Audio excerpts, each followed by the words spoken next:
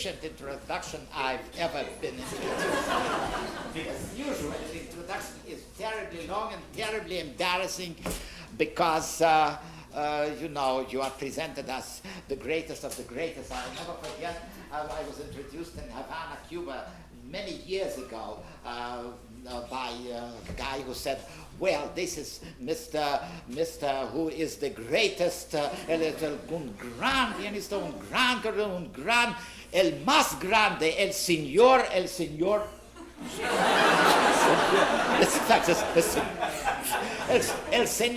Stalinsky. So this was an actual introduction, but this introduction by Mr. Cleve was just absolutely perfect. A one sentence introduction, so I don't have to live up to whatever he would have said, because this is another difficulty. Well, this will be a sort of a quod libet, meaning just anything goes, and I will play some, and I will talk a lot. And Mr. Americanian already warned all concerned that I may talk for hours, and I may have another venue of the audience in case the audience just faints away from sheer exhaustion. But, you know, sometimes people ask me whether I'm ever tired. So I said, no, I'm not, but the audience usually is. So as a matter of fact, today I already tired out two audiences in school. One audience consisting entirely of kids below the age of consent, and the other consisting, well, of people too far above the age of consent. So, but you see, I don't know. I just manage somehow, because I'm very philosophical about the thing, and so I'm not afraid of newspaper criticisms, and I'm not afraid of anything except people yawning and walking out, and particularly yawning and covering up their mouth. That's terrible. I mean, it's perfectly all right to yawn openly, but when they yawn and cover their mouth and look at me furtively and fearfully, then of course it's pretty terrible. But usually it doesn't happen. Now, as I say, it will be a quote libet, free for all, and I was absolutely flabbergasted when I received this bulletin. I mean, I had no idea that it was so. I read all those things about myself, and I was even more frightened when I saw an item here which was entitled, it was apparently a very modern composition called Nicolas Slonimsky Eats Dinner. And they say that sound effects were introduced. This on page for August 3rd, and I understand it has been broadcast. Now, this was really, I hope I will not be sued for libel, because what happened that I had dinner with Mrs. Antile in Los Angeles, and Charles Americanian came over, and he had some, he installed some bugs. Well, I've traveled in Russia, Romania, Yugoslavia, Poland, and other countries, so I know what bugs are. I have to be careful, but I didn't realize that he did it for broadcasting purposes. I thought he just wanted to amuse himself, and what I was saying I don't even remember, but I certainly was saying all kinds of highly censorious or censorable things about composers, most of them friends of mine. So I just don't dare to listen to the program, because I would be absolutely horrified, and I only hope that my composer friends don't listen too much to what I have to say. Well, today it will be quite different. I'll try to give you a sort of miscellany, sort of a macédoine or bouillabaisse, or anyway, a concoction of all kinds of things. And I hope that you will heckle me and you will interrupt me, because this is very refreshing. Last Friday I was in Lake Placid and I appeared on a panel with Virgil Thompson and a couple of other guys, writing guys, very witty, all great talkers. So there was terrible competition because Virgil Thompson likes to talk, I like to talk, and the audience didn't have a chance. And then we got into some kind of intramural discussion that was understandable only to us, about critics and who wrote what about whom. And so finally there was one lady who listened to it and listened to it, and then she raised her hand, and Mr. Thompson asked her what she wanted to say. So I said, well, you are supposed to talk about music. We don't know what you are talking about. This criticism and all this sort of thing. Well, I will try to talk about music and my experiences with my students, colleagues, friends, and enemies. Although, come to think of it, I have no enemies at all. I disarm them by paying either no attention to them or being deliberately friendly to them when I meet them. So as far as I know, I'm on speaking terms with practically every musician whom I had never have ever known, which is an extraordinary case because most musicians are not on speaking terms with each other. I unearthed the fact that when Anton Rubinstein, not to be confused with Arthur Rubinstein, traveled with the violinist Wieniawski in America 100 years ago, they were not on speaking terms and they had to communicate through a third person as to tempi and other things like that. And I don't know if there are no microphones here, no bugs, any place that I can tell you that Heifetz and Piatigorsky, who gave a number of concerts together, they also had to communicate through a third person about tempi and things. But fortunately, the pianist was on speaking terms with both Piatigorsky and Heifetz. So they at least could play trios peacefully. Well, that's how musicians are. And now, of course, I have so many fingers and so many pies that I don't know where to begin. But see, my main problem is communication, because I write books and I teach. Now, teaching is the most exasperating of my activity, although I love it because it's a terrific challenge. You never know what they will come up with in their term papers, and I always try awfully hard to make it foolproof, but it doesn't always work. You see, in one of my little books called The Road to Music, I say all you have to know in order to understand this music is the alphabet from A to G, and it's true because after all, the scale only has numbers from letters from A to G, and then I realized that not all of them were sure of the order of the alphabet, and particularly when it's counting backwards. And so now I'm in the process of writing a college textbook for a class which I call, which in UCLA was abbreviated as DOP, and I added an E. So it's some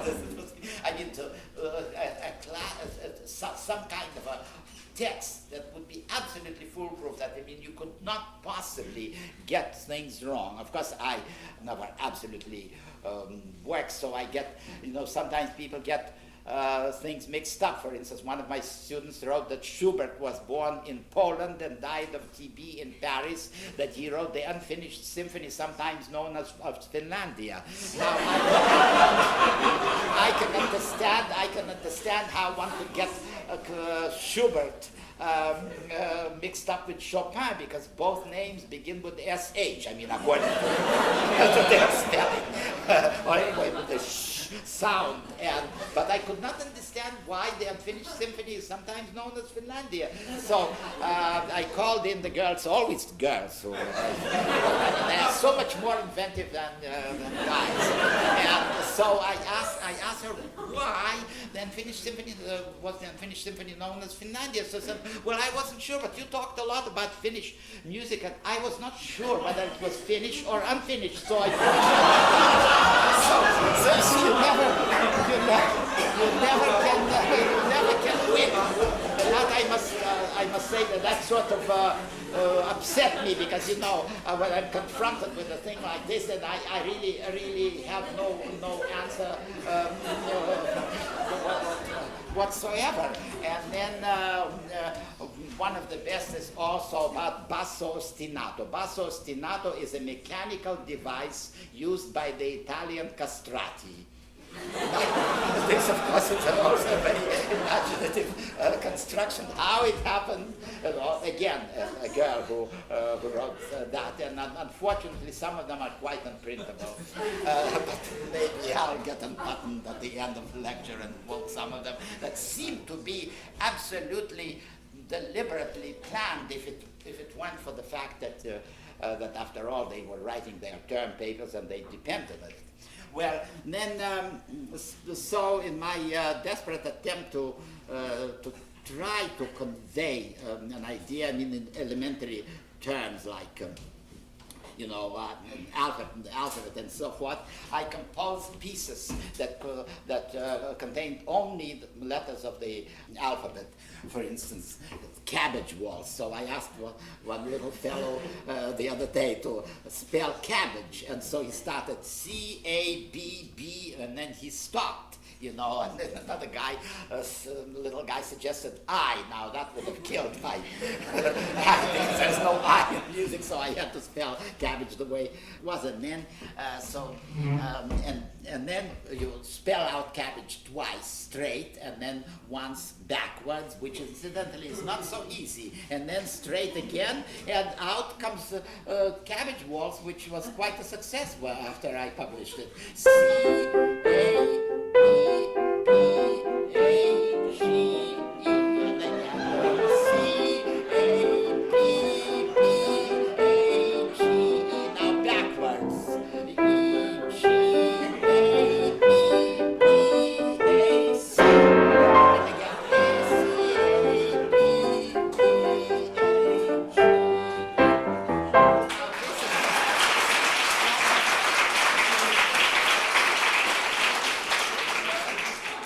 success even with this sophisticated audience. So, so this is the sort of thing that everybody's supposed to understand, but you'd be surprised how they manage to mess it up. I mean, by not being able to spell it backwards and things like that.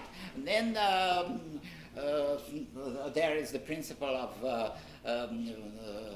variation, which is relatively easy to explain, but still it's fraught with perils. So usually I introduce a set of variations of my own because, kids particularly like to see a composer. Once a 6-year-old asked me, actually this morning, he asked me who was the greatest composer who is not dead yet. So what could I say except, that's me, So he looked at me sort of with suspicion, and then he said, well, I mean the composer before you. So I named a few others. Now, well, I will play for you a set of variations on a Brazilian tune, which I wrote in Brazil, and went like this, and I hope there are no Portuguese-speaking people here to censure my Portuguese pronunciation, but it went like this. Cai, cai, balão, na rua do sabão, na cai, aqui na minha mão, which I translated, my toy balloon, it falls into the sand. Do not fall in the sand, better fall into my hand. And this is a carnival piece with a very interesting background history. Young people would send a paper balloon propelled by a piece of burning wax underneath, and the idea was that if such a balloon would land within reach of the young person who had sent it up, then he or she would get married during the carnival year, and if not, then he or she would have to wait another year. And then one of the balloons started a jungle fire, so the whole thing was canceled. So I composed it for orchestra with 100 balloons, actually toy balloons attached to each stand in the orchestra. And and I was amazed that all those series was played practically by every orchestra in the country, how much they were entertained by those balloons, except in Philadelphia, where the Philadelphia Orchestra had some trouble with the musicians' union, because you see, when you double, you are supposed to get 50% more, and they, of course, they were getting at that time there for the performance. It was $40, and they want $20 for perforating that balloon, at the end with a hat pin, because a hat pin and the balloon were technically an instrument. So if you double, let's say you are a clarinet player, you double on the saxophone, you get extra. So they felt that if they were violin players doubling on the colored toy balloon, then they had to get 50% extra. Well, finally, something was arranged so the orchestra didn't have to pay. Well, and then of course I arranged it for piano, either for piano or orchestra. Now, the only reason I will play it for you, because it's the only piece written for piano which contains the lowest note of the piano and the highest notes, simply because the tune itself goes from C to A. So it's possible to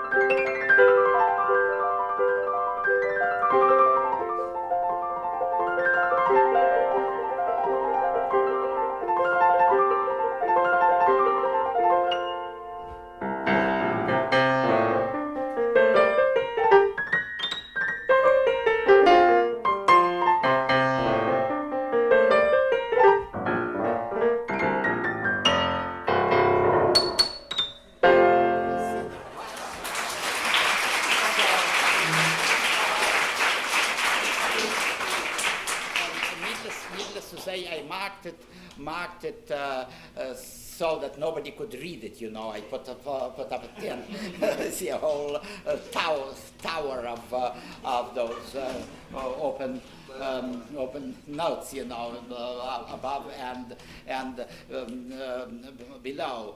Now, those are things that is perhaps inevitable in order to attract the attention of a small fry, and others are not so obvious and quite clownish.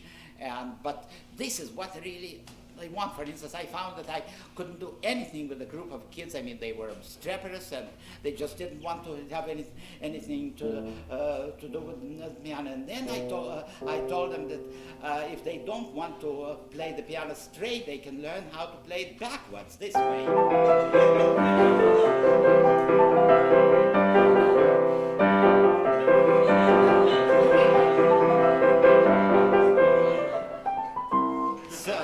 So now this requires some discoordination of the two hemispheres of one's brain, and because left hand becomes right hand, this becomes the thumb, and this becomes small. But you see, it is possible now. This is the sort of thing that breaks the ice. I mean, with the kids, and I even had to use it in college, in order to persuade them that music can also be abnormal and therefore interesting, not just straight. And then see, you probably read this program, and I really didn't read it through because I was so embarrassed that I decided I better not read what all that was written there, because it, you know, some of those things are really not very nice.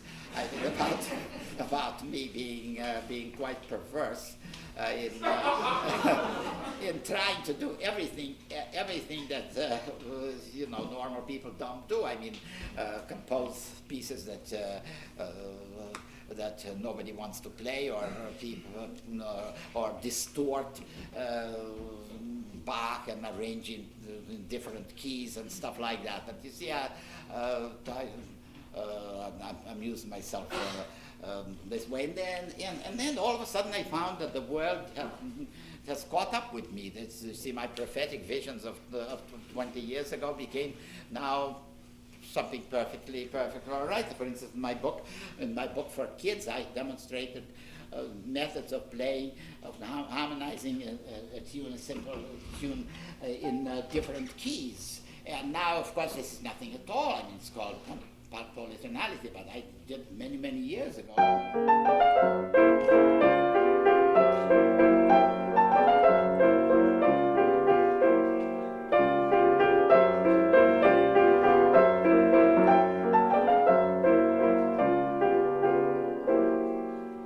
Or the same thing, atonal, in which the melody is completely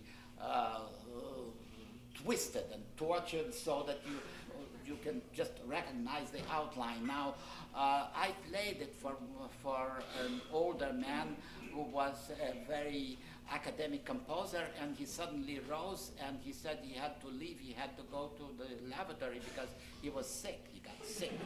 I hope nothing like this will happen to this.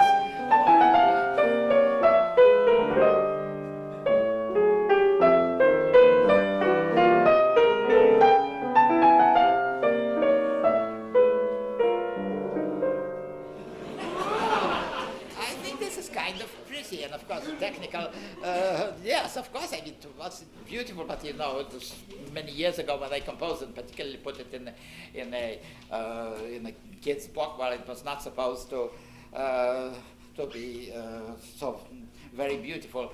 Now, Henry Cowler, a good and great friend of mine, who incidentally, of course, was born where I'm staying now in Menlo Park,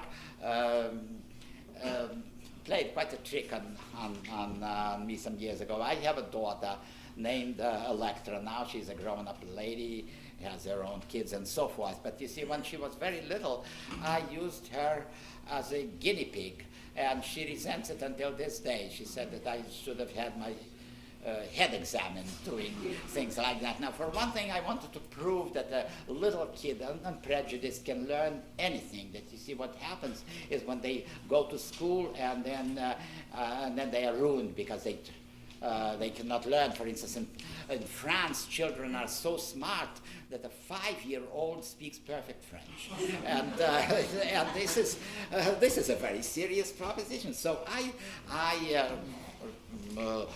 taught her, among other things, medieval notation with all the Latin terms, torculus, climacus, clivis, and all this sort of thing.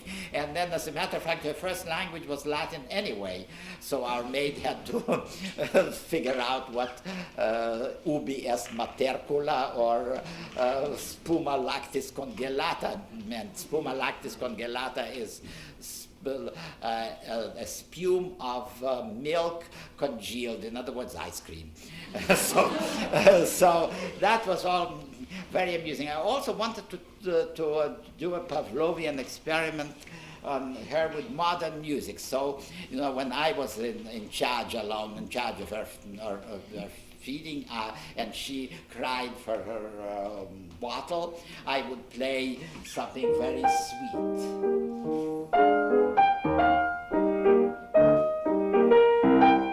And so forth. But I wouldn't give her the bottle. Then she would play something else. And then I would play this.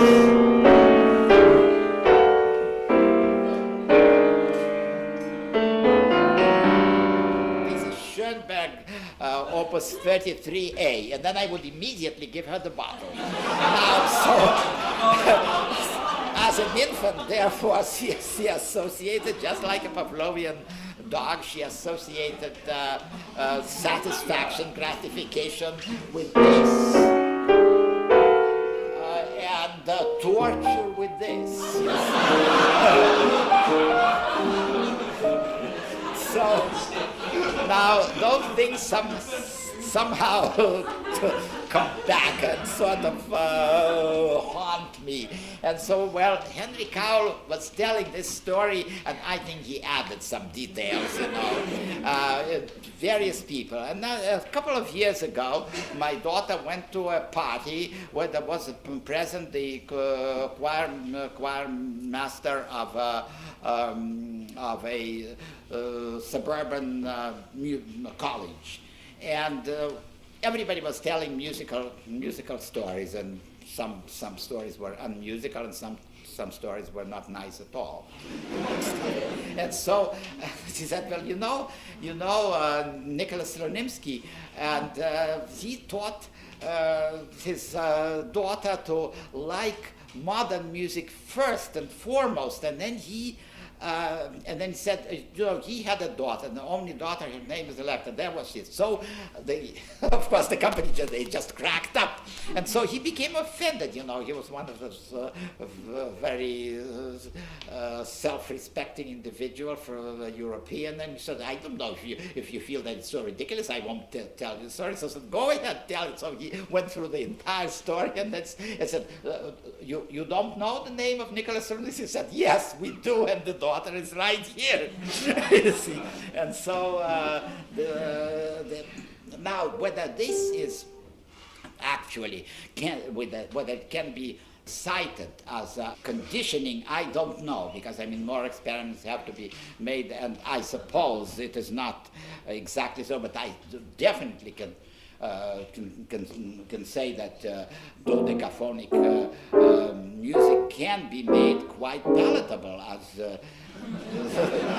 this the example proves. Now we can absorb it very easily, and as a matter of fact, some of the things that I invented, some of those tricks now go into movies and even the television. Once in a while, I hear some of my scales used for particular purpose. There's a very definite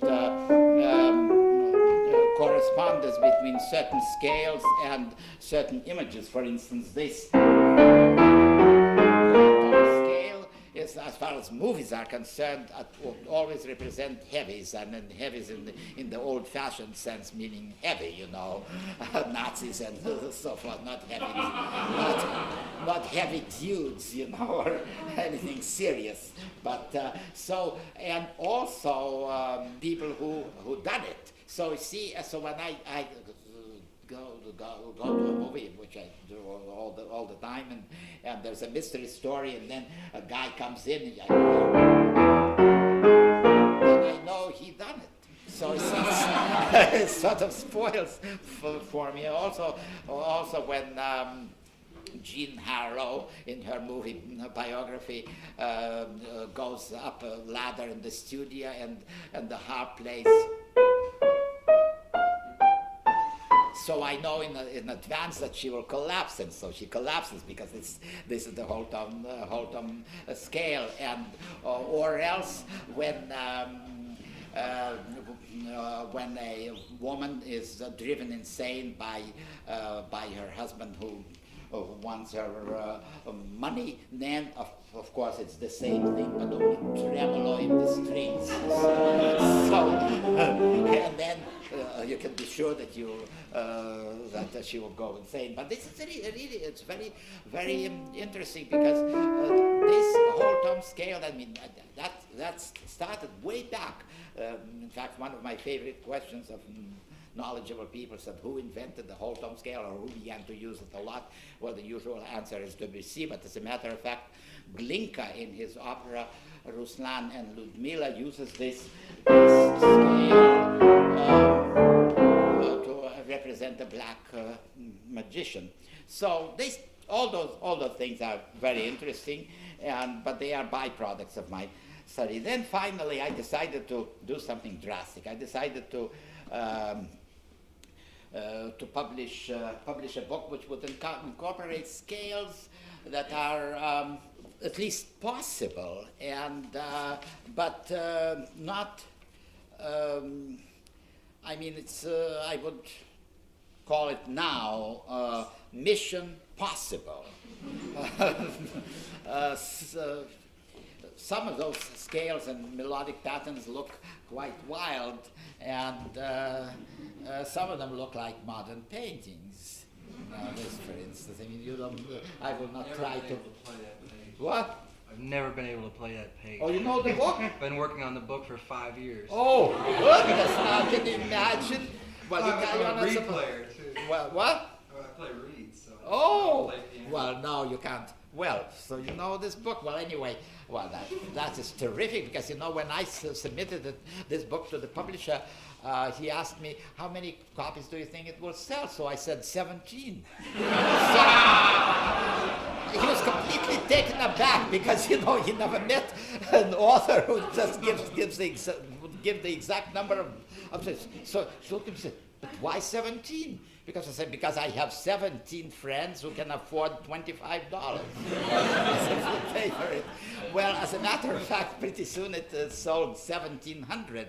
And then something happened that is, I must boast about it, that simply doesn't happen in publishing history, that after performing the usual exponential curve coming down, down, down, and reaching zero, all of a sudden it went up. You know, and up and up. And so I couldn't understand what was going on. And so I went to Schirmer, and they had several copies of this on the counter. So I asked the clerk, I said, what are you doing with those books? They are $25 books. She said, we are selling them. So I said, selling them to whom? So to jazz players. So now I give up. What do you mean to jazz players? He said, yes, they discovered it. And then I realized that Coltrane and others, you know, the great of jazz discovered this book, and then they found that those scales were really wonderful for breaks. And so all of a sudden, you know, my income soared, and I became almost solvent. Thanks to this book of all. And, you know, and I remember meeting some movie composers who were illiterate, you know, as most of them are. Well, now they get to be literate. And in a company I was playing some of my outlandish scales. I would play a lot of them. And then one guy, at first I thought it was an Indian girl, but it turned out to be a guy. And he said, who is that guy playing my scales? So the host said, well, that guy wrote those scales. He was absolutely flabbergasted. He couldn't believe it. He couldn't pronounce my name. He couldn't pronounce the title of the book, but he knew those scales, you know. And so that's quite a thing. Well, if I tell people in the audience who actually know the book, well, that's different. Then perhaps I can tell you, give some demonstrations. As a matter of fact, the building of the scale is extreme. I mean, those scales is extremely simple. You see, instead of playing straight scales, let's take, I play C major, then I go directly to D flat major, then D major, E flat major, then E major, then back E flat major, D major, D flat major. Now, believe it or not, but it's difficult to play. I mean, it's difficult to play for musicians who play nothing but straight scales. And so they're the same in arpeggios, you know. Instead of playing arpeggios all the time, I divide in C major, F sharp major, and it sounds very nice. Then I play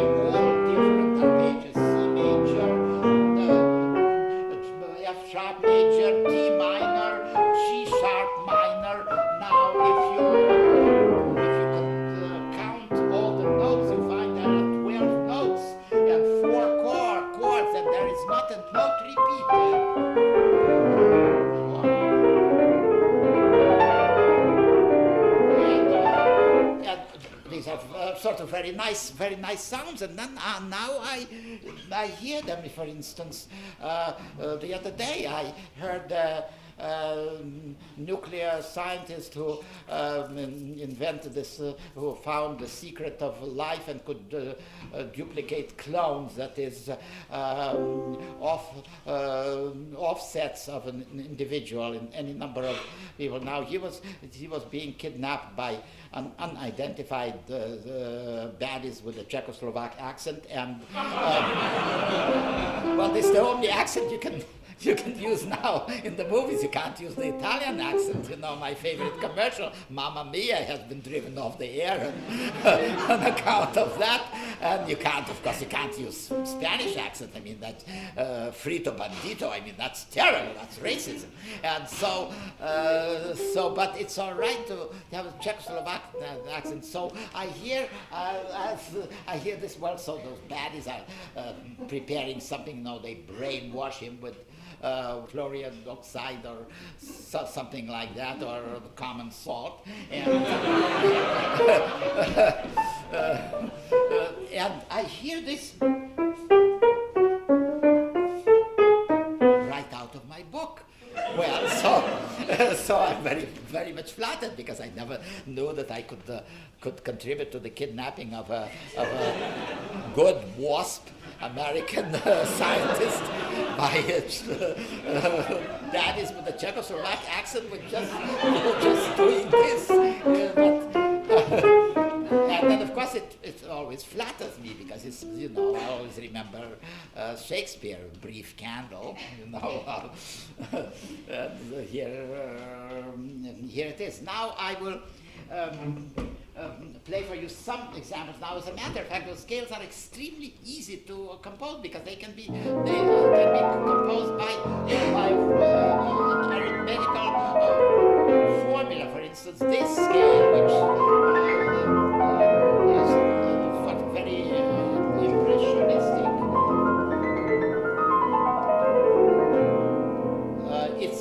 It can be composed by just counting 3 semitones, 2 semitones, 1 semitones, 3, 2, 1, 3, 2, 1, 3, 2, 1. Of course, you can call it minor third, major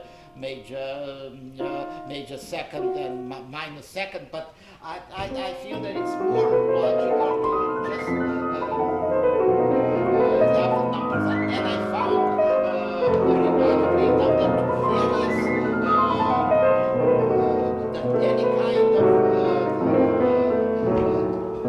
chords, dominant seventh chords in various scales would fit very well. So then I realized that I had a recipe for composition of a work, let's say, like you know, Le Réveil du Soleil dans l'après-midi.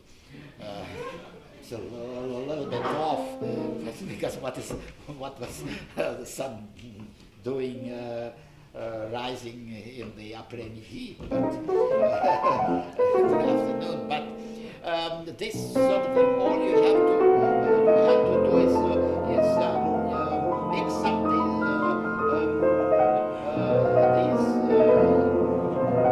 notes and play them in different rhythms, and then you could compose a very good imitation of a 1920 symphonic poem, which was regarded then as the last example of modernity. Then there was a problem, of course, of playing different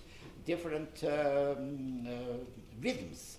Now, this, of course, is very important in modern music, and I will sort of digress to tell you that I really was sort of a pioneer. That is, I didn't know that I was a pioneer in modern music until I waited for about 35 years, and then all of a sudden I realized that I was a pioneer. You see, but in the meantime I lost all my jobs because I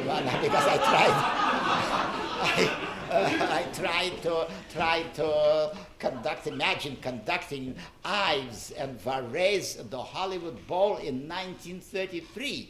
Well, they practically lynched me there, because the trustees there, were old rich women, who wanted, basically they wanted to hear a nice Mendelssohn piece. And this was their taste, and all of a sudden I came up and I played that Ives piece. Now, who was Ives anyway? As a matter of fact, one of my most cherished clippings is an article by Henry Cowell, no less, which was entitled, as was published in 1928. And when I just began my composition, it was entitled Four Little Known Modern Composers: Chavez, Ives, Slonimsky, Weiss. Now, Weiss, Adolf Weiss, who recently died, he was a very good composer, but it's amazing when you look at this little-known modern composer, Charles Ives. Now, Charles Ives now is actually on top of the list. When my manager years ago wanted to compliment me on one of my presentations, lecture recitals and so forth, he said to me, Nicholas, today you were magnificent, you were superb, and you know what, you were commercial. Now this, of course, is the highest. I mean, anybody can be magnificent or superb, but to be commercial, that is really, that really takes some. So now, of course, it's commercial, but in those times it was quite different. And when I began to conduct eyes, they thought that it was a bedlam, or I don't know what it was. And then I conducted Ionization by Varese, which is written only for percussion instruments and two sirens.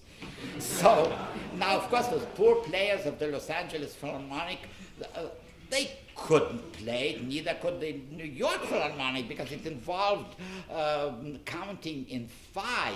Now, they could play five. I mean, if it has a Luftpause, as one conductor said, French conductor, 1, 2, 3, 4, 5, 1, 2, 3, 4, 5, 1, 2, 3, 4, 5, and then he would say, don't stop, it's 5, 1, 2, 1, 2, 3, 4, 5. So that was their curse, so it became 6. But 5, was tough. But this was not only 5; and there were rapid 5s, and they had to stop in the middle like this: 1, 2, 3, 4, 5, 1, 2, 3, 4, 5, 1, 2, 3, 4, 5, 1, 2, 3, 4, 5. And that was terribly difficult, of course. And they couldn't play it at all. I mean, they couldn't break it. They could play perhaps 1, 2, 3, 4, 5, but not 1, 2, 3, 1, 2, 3, 4, 5, 1, 2, 3, 4, 5. That was impossible. So I went to the drum player and I demonstrated to him.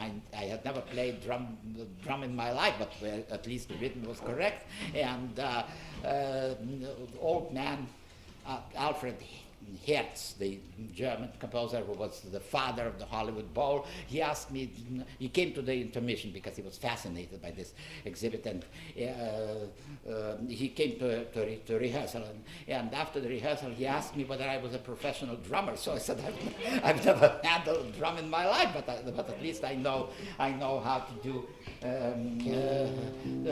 those rhythms. Now, there was one situation in incidentally, I want to tell you that Ionization is actually dedicated to me, and of course I gave the first performance of it. So, oh yes, I must tell you what I did in New York with the first recording of Ionization, which is also one of my feathers in the hat. I mean, I'm quite proud of it. And you see, again, we had New York Philharmonic men who could not master it at all, and so I had to call in composers, who were not professional percussion players at all, but they could play. So I had Carlos Salcedo, the harpist, handling the Chinese blocks, Paul Creston on the anvil, and Henry Cowell on the piano, piano, Edgar Varese himself manning the sirens, and then very recently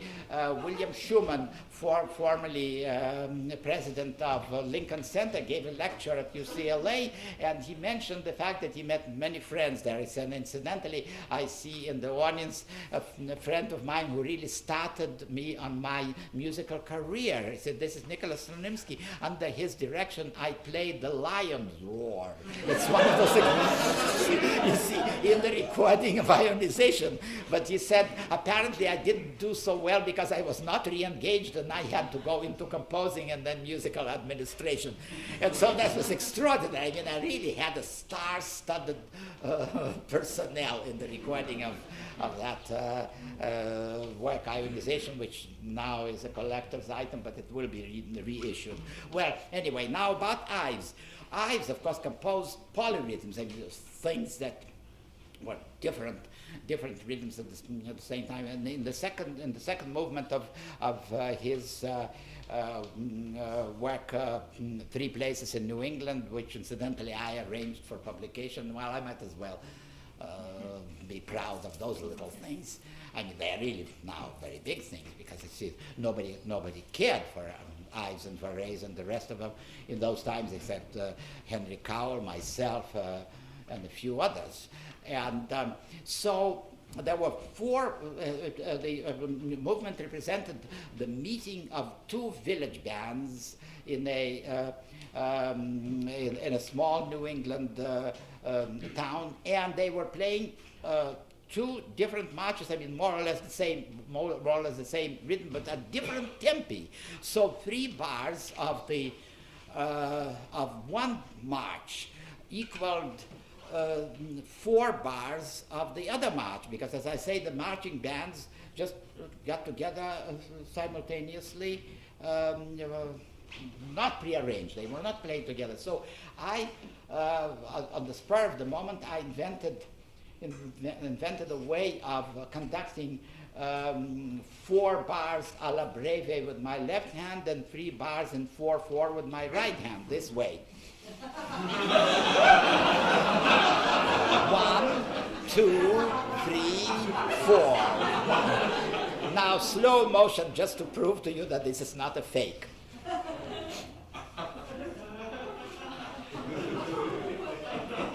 And then there was a clarinet entrance on the second beat of the... Now, as far as I know, I'm the only one who can do that, I mean, mentally. And then I found that I had to do a lot of this sort of thing when I conducted a piece by Wallingford Riga in Paris. It was written in 5/8, so I conduct 1, 2, 3, 4, 5, 1, 2, 3, 4, 5. That was nothing. Then all of a sudden, half of the orchestra rose to their feet and said, "We have 2/8."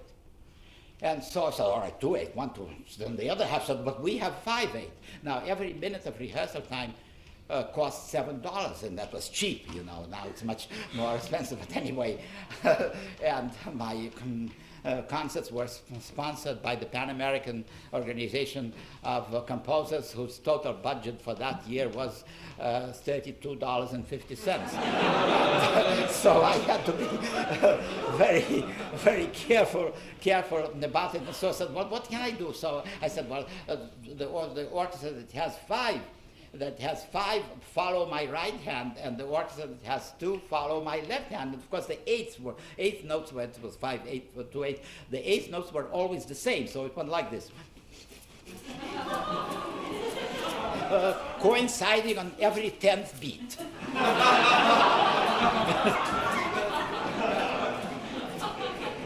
And that's even more difficult than the Ives piece, because the Ives piece is at least there were, like I said, 2 critics made the same joke.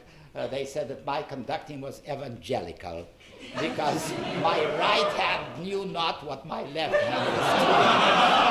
See, but anyway, it worked, and it sort of, amused the players. And of course, after the rehearsal, I found that everybody was trying to do that. Now, in my scales, I I decided that this polyrhythmic combination was also important, but instead of just confining myself to polyrhythmic combinations, I decided I might as well throw in a polytonality. So instead of just practicing this way, I mean, for modern kids, I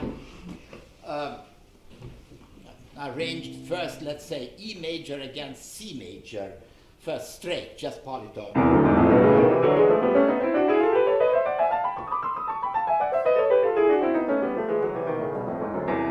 And then, let's say, 4 against 3, so this is 3 and about 4.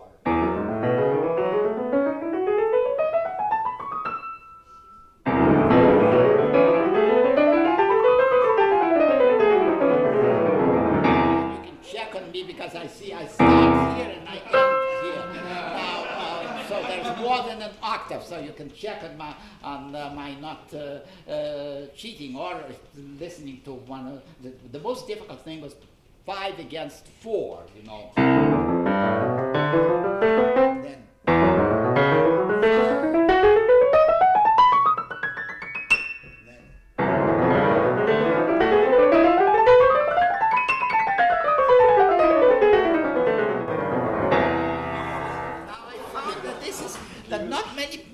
Can do it. I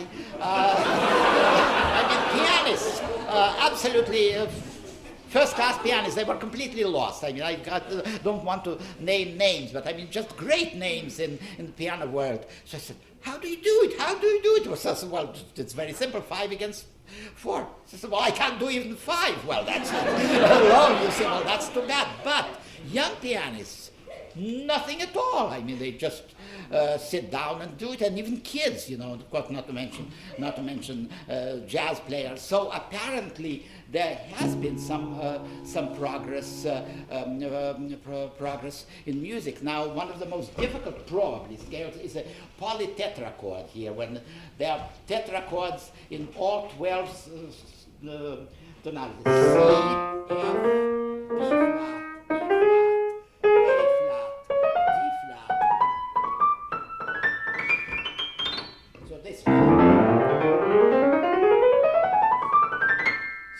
It changes every time, and people who are accustomed to playing straight, you know, they just their fingers don't follow, and of course it's all psychological.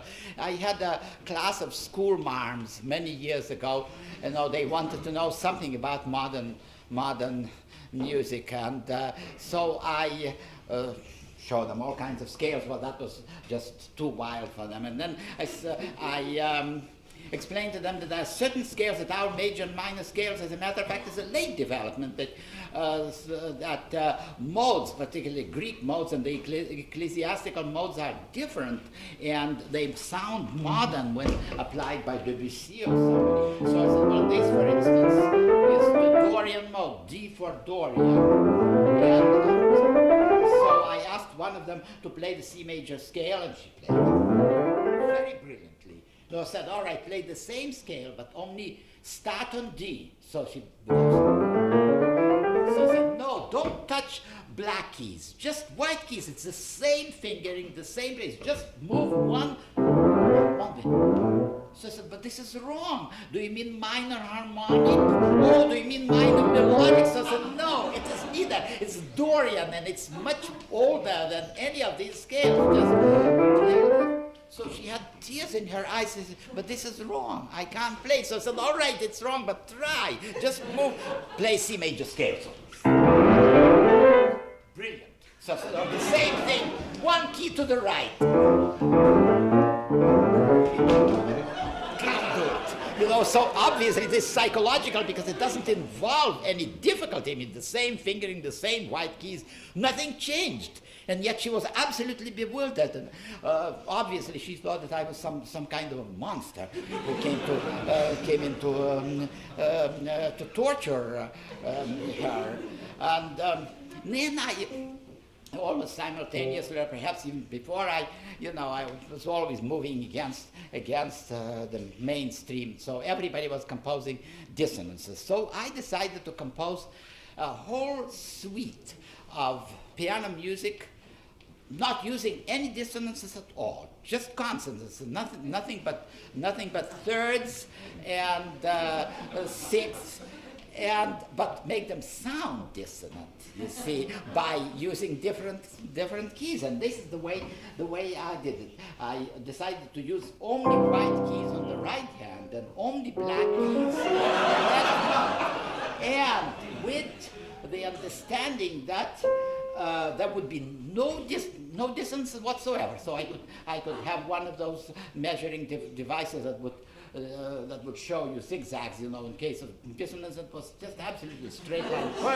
perfect consonances. I mean, if vertically speaking. Now here's, I call them studies in black and white, and the right hand was on the white keys, the left hand was on the black keys, and I repeat, there was not a single dissonance, but it sounded dissonant. Here's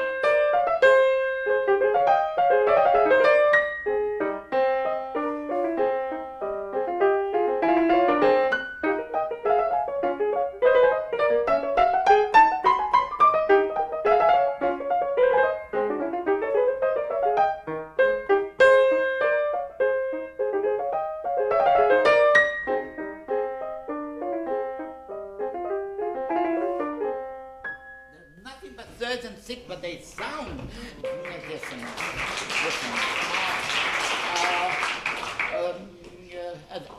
There were about 10 of them. Now I'll play the last one for you, because there's so many things to talk about. And it's called typographical errors. And of course there are really no typographical errors, because everything is straight unless I hit the wrong note.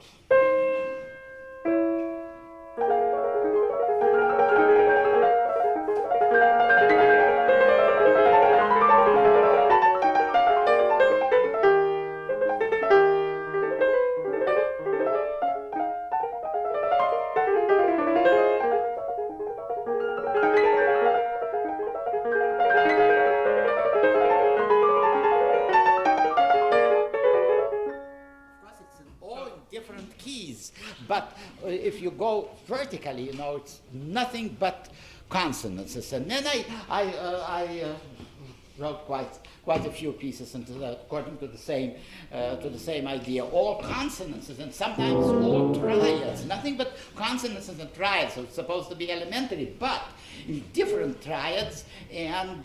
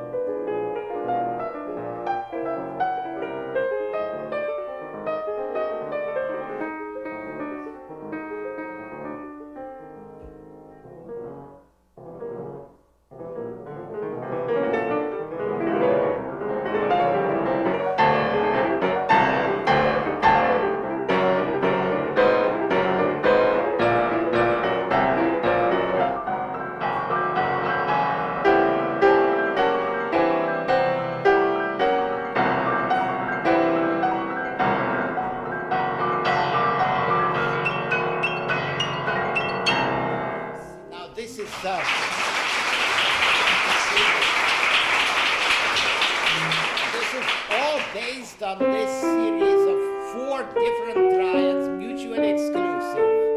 And a lot of composers are beginning to use it in their works, Virgil Thomson among them. But he at least admits it, but others just take it from me and don't admit it. See, now all this thing culminates in my greatest invention, which is the Großmutterakkord. Grandmother chord, which contains all 12 different notes, and well, you can just look at it. And unfortunately, I am not dodecadactyl. That is, don't have 12 fingers on my hands, only 10. So I can't play a chord of 12 notes, but I can show you how it goes.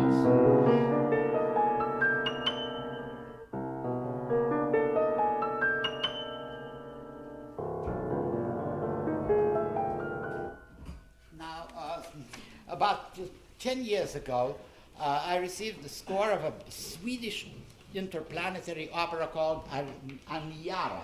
It's all about the atomic destruction of the Earth and the spaceship taking off and all this sort of thing. It was by a composer now dead, Carl Birgit Blomdahl, a very good composer. So I opened the very first page of the score, and what do I see?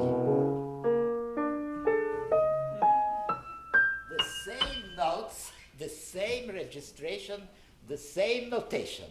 Well, so see how far my grandmother chord went, right into the planets, and the entire score is based on this Großmutterakkord. So I wrote to Blomdahl, and I asked him whether there was a coincidence, and I said the odds are astronomical. Of course, the opera was astronomical, but the odds were astronomical because there are 479,001,600 permutations of 12 notes. That is so many combinations, 500 million combinations, and there are even more odds against it if you consider that notation was absolutely the same. Well, so he wrote me back, said he knew about my book, but he had no time to study it, but he evaded the exact answer, but a German musicologist blew his cover. Well, I could write a Großmutterakkord mystery, and this was it. I had sent a copy of this book to Schoenberg shortly before his death, and then my publisher sent another copy to Schoenberg. So Schoenberg had 2 copies, and he gave one copy to the German musicologist named Stuckenschmidt. Stuckenschmidt was a friend of Blomdahl, and he was going to Sweden, and he gave it to Blomdahl, and I figured it all out. So apparently there was some connection. Anyway, Stuckenschmidt himself, in 2 articles at least, mentioned the fact that this chord was used. And I have a page in my album. I was inventing this sort of thing about 30 years ago when I started, and I was showing it to all kinds of famous composers, and there was one page that was really, really remarkable when I had 3 guests at my home in Boston: Ernst Krenek, Paul Hindemith, and Serge Prokofiev.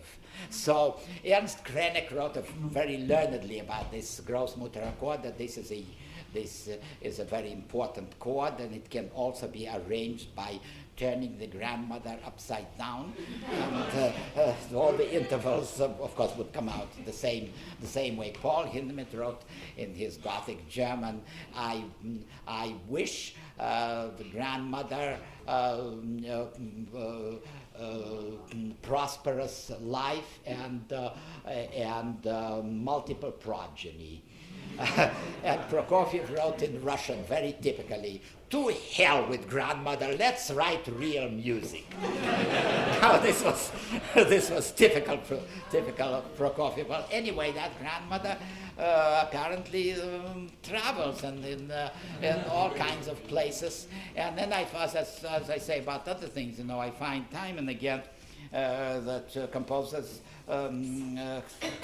use this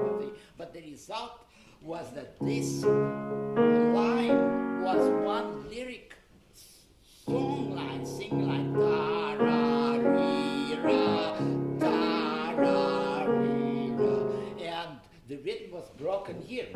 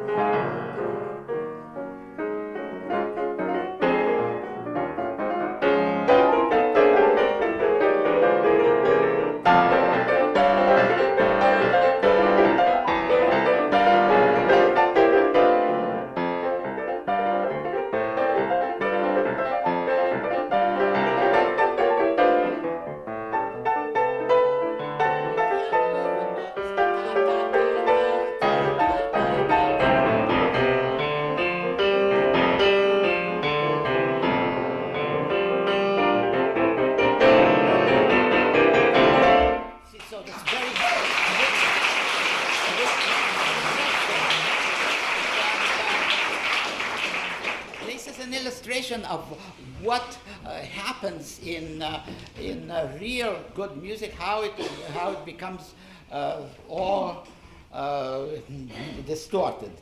Well, as Mr. Americanian warned you, I can talk, do other things. So now I really, well, can you stand another 10 minutes of it? Well, if you can't. You really had no choice. What could you do? Not to applaud and be impolite, you know. But you see, all those things somehow came together. I mean, my conducting Ives and Varese and Henry Cowell in his book on Ives said that I was practically a martyr of the cause because, you see, at that time I conducted in Europe and I got some terrific reviews and everything. And then I began conducting it in California. Now California was simply not ready for it. Now it's ready, but I mean, it's now I'm obsolete. So it's a different story. But then, so Henry Cowell said that I could have obtained an orchestra. In fact, two orchestras were almost within my grasp if I hadn't insisted on playing all that terrible music by Charles Ives and Varese and the rest of them, who of course are now recognized as the greatest men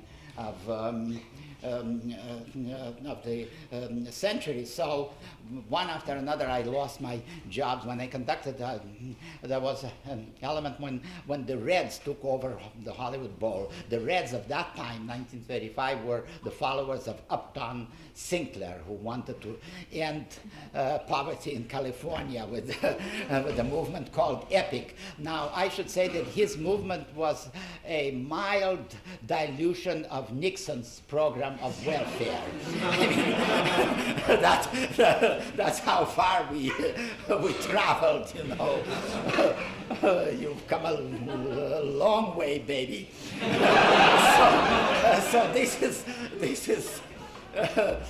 is the way we traveled, but at that time it was just horror, you know. Upton Sinclair, Nicolas Slonimsky, all kinds of terrible people trying to uproot California and kill beauty and give those guys which were not even called beatniks or hippies. They were just called foreign imports and anarchists. So that was the situation. So fortunately, William Randolph Hearst took over. I mean, fortunately for some people, and put up some figurehead for a governor, so California was saved. And also the Hollywood Bowl, I was. As I said, the Reds took over, meaning several individuals who were elected to the board, and they were Reds in the sense that they found that they claimed that music was an art in progress, and that certain things could be played. But that, of course, was not the idea of people who were in charge of the Hollywood Bowl. And I had practically the entire season of the Hollywood Bowl, so you know I gave it to them. With the result that the audiences were leaving the ball in droves, and finally, the woman who was in charge. But she was about 92. She died recently at the age of 106. And that's the California climate. And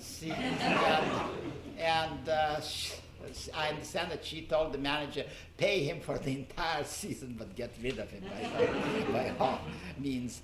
Well, now, so in order to sort of counteract this anti-modern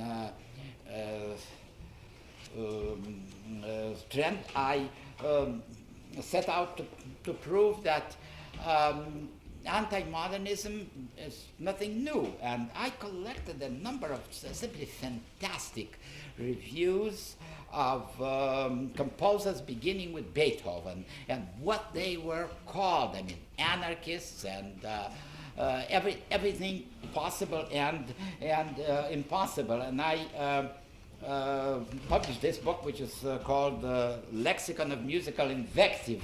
It's a difficult title to pronounce. My publisher had an order for a sexicon of medical inventions. It wasn't understood what it meant in the sea. And I got a wonderful a picture which you can't see from here, an old cartoon, 1869, which is entitled Liszt's Symphonic Poem, and this represents an orchestra in a state of total disarray. There are cats and the goats and all kinds of things, and one score is discarded, and it says Wagner, not to be played much till 1995. This was the idea. You know, now of course Wagner is not played at all because Wagner is already passé. I mean, it's good enough only for spectaculars in the movies. I mean, Wagner doesn't wait anymore. And I went over, I don't know how many, practically the entire periodical literature in English, German, and French, looking for wonderful things of this nature. And I did find some fantastic things. For instance, here is a quotation from the Musical World of London of 1841. this is a review of a concert given by Frédéric Chopin. The entire works of Chopin present a motley surface of ranting hyperbole and excruciating cacophony. There is an excuse at present for Chopin's delinquencies, for he is entrammelled in the enthralling bonds of that arch enchantress George Sand, celebrated equally for the number of and excellence of her romances and her lovers. Not less we wonder how she, who once swayed the heart of the sublime and terrible religious democrat Lamennais, can be content to wanton away her dreamlike existence with an artistic nonentity like Chopin. I see, unfortunately, nobody writes such reviews nowadays. I wish they did. They certainly don't go into the sex life of composers. And let me tell you that the sex life of some composers I know is a very interesting subject. But they just don't do it. And then came Wagner, and of course, those who hated Wagner loved Chopin, naturally. And so here is a poem published in an American newspaper in 1884, that is after Wagner's death already. It's called Directions for Composing a Wagner Overture. A sharp where you'd expect a natural where you'd expect a sharp. No rule observed but the exceptional, and then first happy thought, bring in a harp. No bar a sequence to the bar behind, no bar a prelude to the next that comes. Which follows which you really needn't mind, but second happy thought, bring in your drums. For harmonies let wildest discords pass, let key be blent with key in hideous hash. Then for last happy thought, bring in your brass and clang, clash, clatter, clatter, clang, and clash. Now this is Wagner. Now, 40 years later, an admirer of Wagner wrote this poem after the performance of Stravinsky's The Rite of Spring in 1924. Who wrote this fiendish Rite of Spring? What right had he to write the thing against our helpless ears to fling its crash, clash, cling, clang, bing, bang, bing? Now, does it remind you of something? The last line in the anti-Wagner said, and clang, clash, clatter, clatter, clang, and clash. 40 years later, a Wagner admirer writes practically the same line. And then to call it Rite of Spring, the season when on joyous wing the birds melodious carols sing, and harmonies in everything. He who could write the Rite of Spring, if he be right, by right should swing.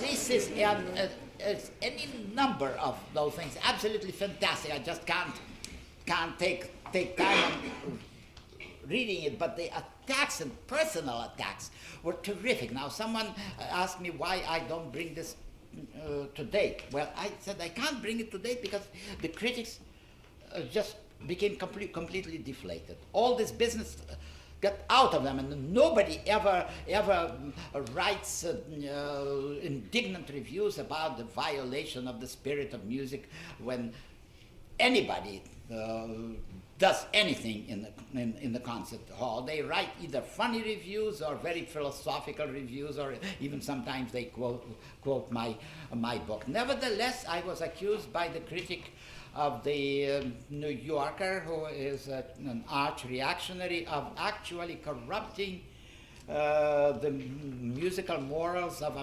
American youth. Now, of course, I'm very proud of that. What could be more wonderful than to be a corrupter of the morals of the youth? I mean, that's me. But good company, Socrates and various other people. And then he referred to the fact that he went to a lecture delivered by the head of an important foundation, in which lecture given for the music critics, in which the lecturer urged the critics to heed the meaning of my lexicon of musical invective and be careful about condemning modern musicians, lest they find themselves in the same company that condemned Chopin, Wagner, and Stravinsky. And the Chicago music critic wrote a whole article, a feature article entitled "Who is Afraid of Nicolas Slonimsky?" Whereupon, again, said this, practically the same thing, that what happens with young musicians buy this book and it becomes their Bible, and the moment anybody says that their music is no good, they said, well, look at what they said about Wagner. Look at they said about Berlioz that he was a drunken baboon, and they said about Liszt that it produces sounds of which a nocturnal cat is entirely capable, stuff like that. And some of the insults are really amazing. Now the one reproduced here on this program that comes from a review of a piece by Wallingford Rieger, which is a perfectly innocent piece, and of course now it's performed all the time. It's wonderful in German. Perhaps some of you understand German. I mean, the German text is so well orchestrated that it just has a beauty of its own. And it goes like this: Es klang, als ob eine Herde Ratten langsam zu Tode gepeinigt würden und dazwischen von Zeit zu Zeit eine sterbende Kuh stöhnte. There's a beautiful orchestration. It cannot be translated. Now, sterbende, that means dying, Kuh, cow, stöhntes, moaned. Now, I translated it this way. It sounded as though a pack of rats were being slowly tortured to death.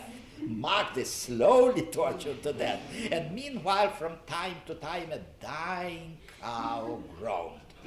It's beautiful. It's never mind who the critic is, but this is real poetry. And you see, when I gave all those concerts before the war in Berlin, Paris, and all kinds of centers, all the critics came, and they wrote beautiful prose. Of course, what they did to me, that was something else again. But they did recognize the fact that I was pretty good conducting all those crazy rhythms. But what they did to Varese and to Ives and to the rest of it, just incredible. But as I say, written in beautiful prose. Nowadays, nobody cares. So when John Cage gives an exhibition at the University of Illinois, and he I don't know how to put it, but he suspended a pig, and I don't even know how to express it. Well, anyway, he gave the pig an enema, a rectal enema, and the droppings formed the outline of a melody. You see, now the chairman of the department felt that it was not exactly beautiful from the artistic standpoint of view, but it's perfectly all right. Now, I attended one of those concerts in New York. In fact, I'm now very friendly with the avant-garde. I mean, I don't use pigs. I don't like pigs, but you see, but I find that you don't have to do that. All you have to do is to go to the Central Park and observe the configurations of the pigeons' droppings on the bench. They are very musical. And, one friend of mine asked the sergeant of the army for a loan of machine guns. So he said, well, I can't loan you a machine gun. I said, what do you need it for? So I said, for my composition. He said, what do you need for your composition? He shot machine gun bullets into a heap of manuscript paper. Incidentally, 50 cents a page for manuscript paper. And so those holes, whatever the holes were, were notes. And finally he got that sergeant to shoot the machine gun himself and published it in a magazine called Source, published right here in California. And Yes, in Sacramento. It's published in Sacramento, and showing that big burly guy shooting into a lot of manuscripts, and it's called 1,000 Symphonies. Now, I got symphony number 385. See, each perforated sheet of paper is a symphony. Now, I had a TA at UCLA who gave the first performance of a work by a Korean composer named Paik, which was simply called Playing Music, and the instructions were as follows: cut not less than 10 centimeters with a straight razor in the left forearm. So he came on the stage and he cut 10 centimeters. It bled, you know, and that was the piece of music. Someone shouted from the gallery, "Encore! Use your..."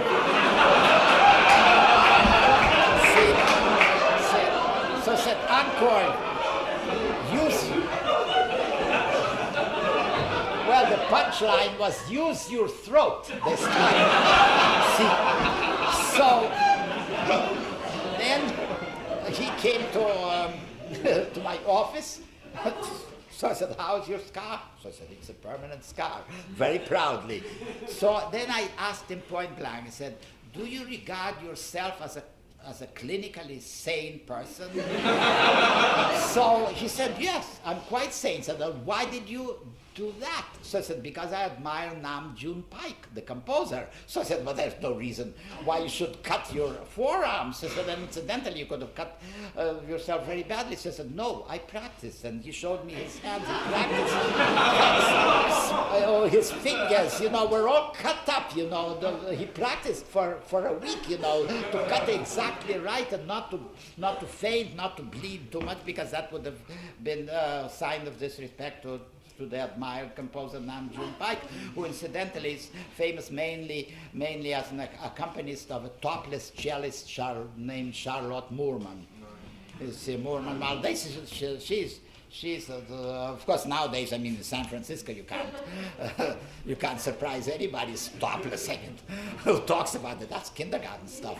But anyway, she was the first to play the cello topless, and he accompanied her, and I attended one of her performances, and she played this one, and so she played it about up to the middle, and then there was a huge barrel or something, and with a ladder, and so she ascended the ladder and went into the barrel, and then emerged from it soaking wet, and then she took off her clothes and hung it on the clothesline. Now, this was a composition.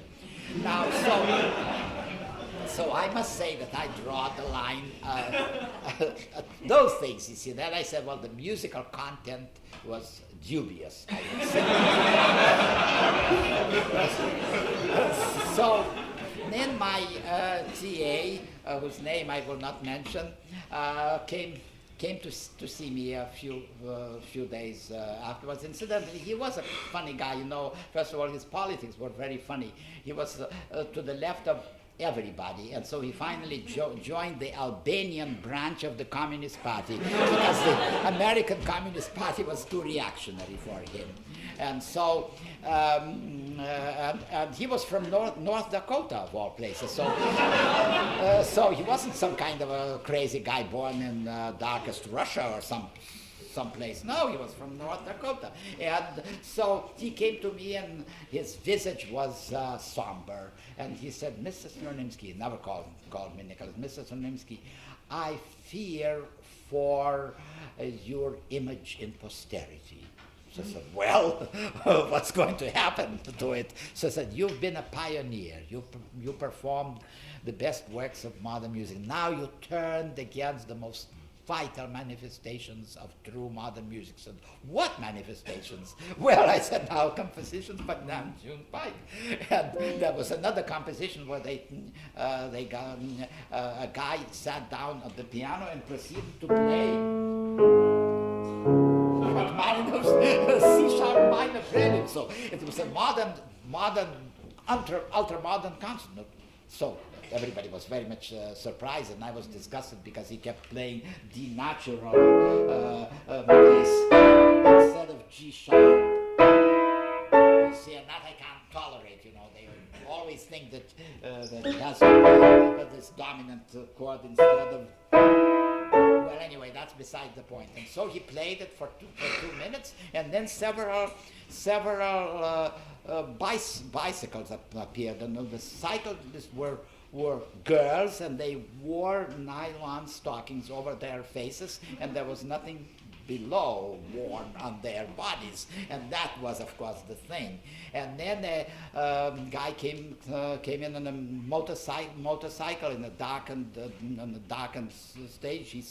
He appeared in front, revved his motor, and then the lights went up, and he had the helmet on his head, and he had a leather jacket, and he had a poor pair of boots, and nothing between the jacket and the boots.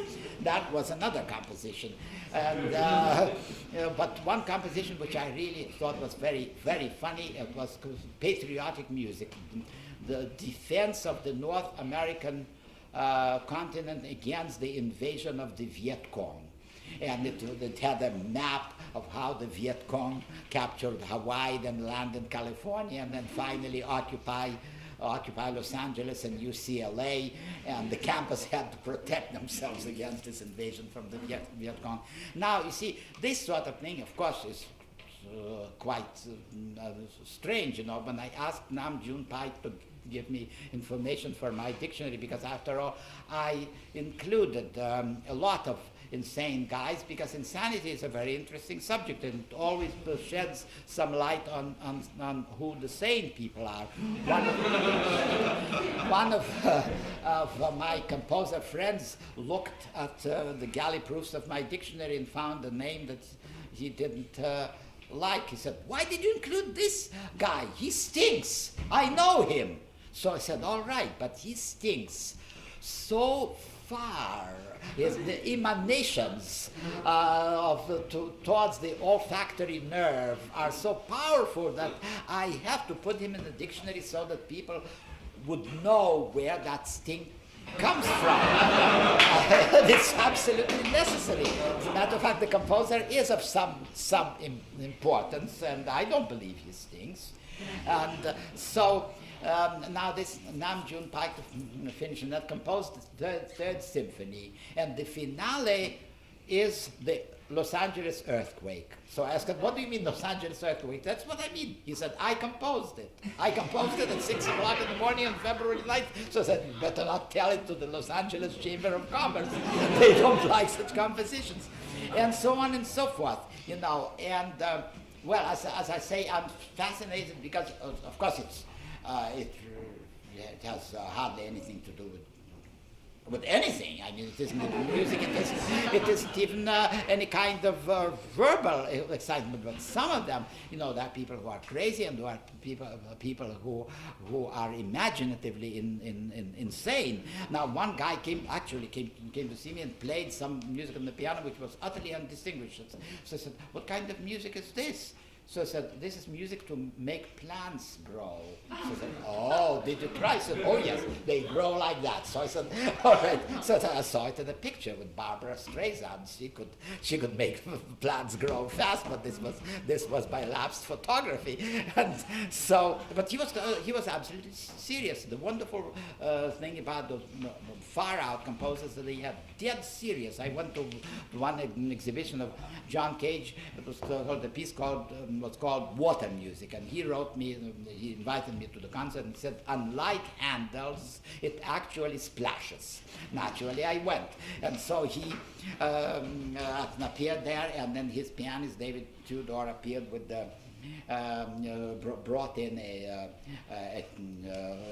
container, a pitcher, and so on. And then Cage gave him a signal, and he began to do something. I couldn't hear a thing. So I was in the 10th row. I turned to my friend, to my son. I said, I can't hear any splashing. I came for the splashing. And so there was a hippie type in front of me. He turned towards me and said, "If you don't like this music, why did you come?" So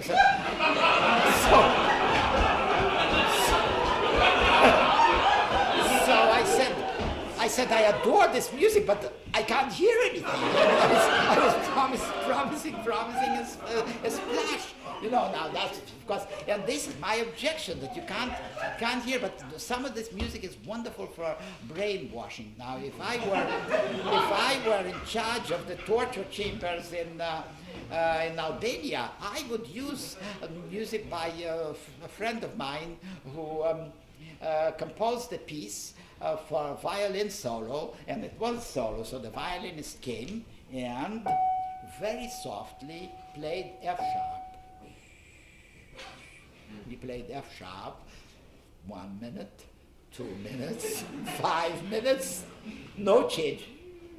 After 10 minutes, there was something happening, to people in the audience. I was looking at the audience. I mean, they began exhibiting signs of nervousness after all. Because first of all, they didn't know when it worked.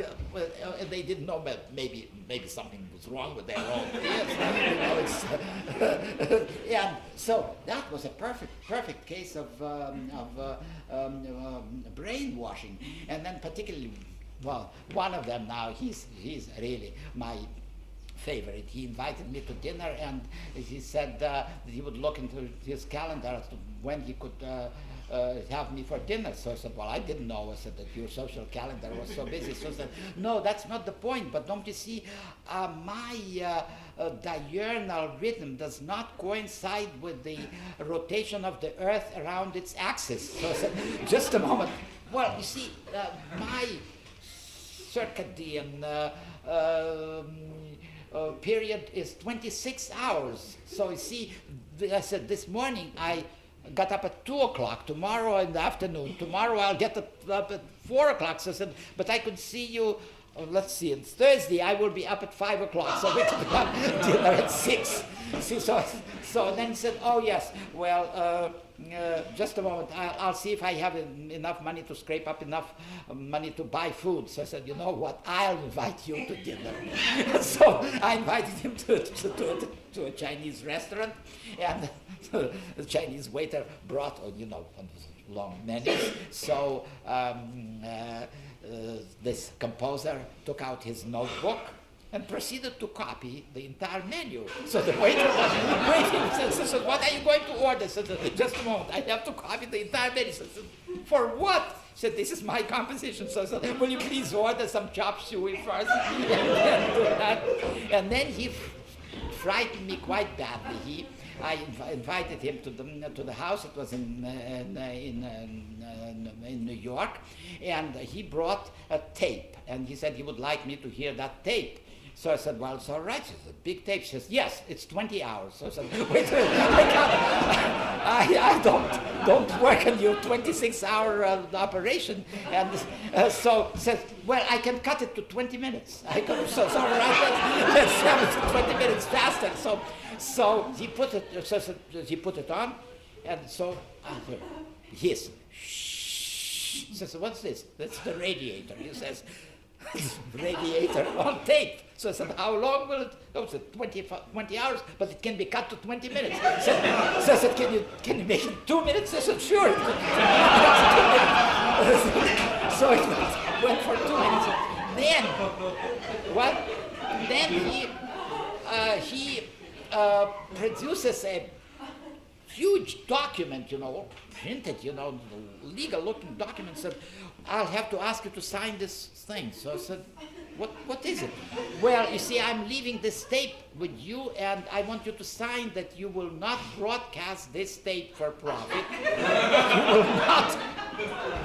You will not give first performances, either world premieres or local premieres, and enumeration. It said, in case of my death, you are to turn this tape recording immediately to my executors. So I said, now just a moment, what kind of gag it is? I said, no, it is not gag at all. You see, this is the first edition of my work. And the only edition, and I live by selling first editions. You know, people, Shakespeare sells his first editions or whoever. See, and I sell those. So I said, now just a moment, let's establish some kind of rationality because I cannot follow this. You sell this radiator his as a first edition. That's what's 20 hours. So I said, well, may I ask you how much? He said, $800. So I said, I can't afford $800 for this. So I said, well, you can return it to me. I said, well, what if it's stolen and somebody broadcasts it all over the world and I am responsible? But I did sign it because I thought, and then I had second thought, what if he was really technically crazy, I mean, clinically crazy. After all, that lawyer who compiled them, he must have paid a sum of money to the lawyer. After all, the lawyer can't tell this his from, I don't know, some popular song that may be a great hit and a great commercial boon. And so the very next morning, I sent it back to him by registered mail and a return receipt. So it was perfectly all right. I also mentioned to him when he told me about the 26-hour period. I said that you know that the Russian astronomers discovered that the rotation of Venus around the axis is 26 hours. So I said, what? Tell me more about it. He became terribly interested. Well, and yet his name is quite well known, and to my horror, in this program, I found his name specifically mentioned in this little thing, Nicolas Slonimsky Eats Dinner. Well, I wish I could go on for more, but I think everything has its limit, and I will play for you the most famous and the most profitable composition ever written. And this is no joke, and this is this. Now this probably got something like $10,000 for the composer of this. Well, at least it's short, it isn't as long as that tape, and perhaps we'll meet again and then I can play for you some other tricks of mine, but I think enough is enough, and I really thank you for all your attention.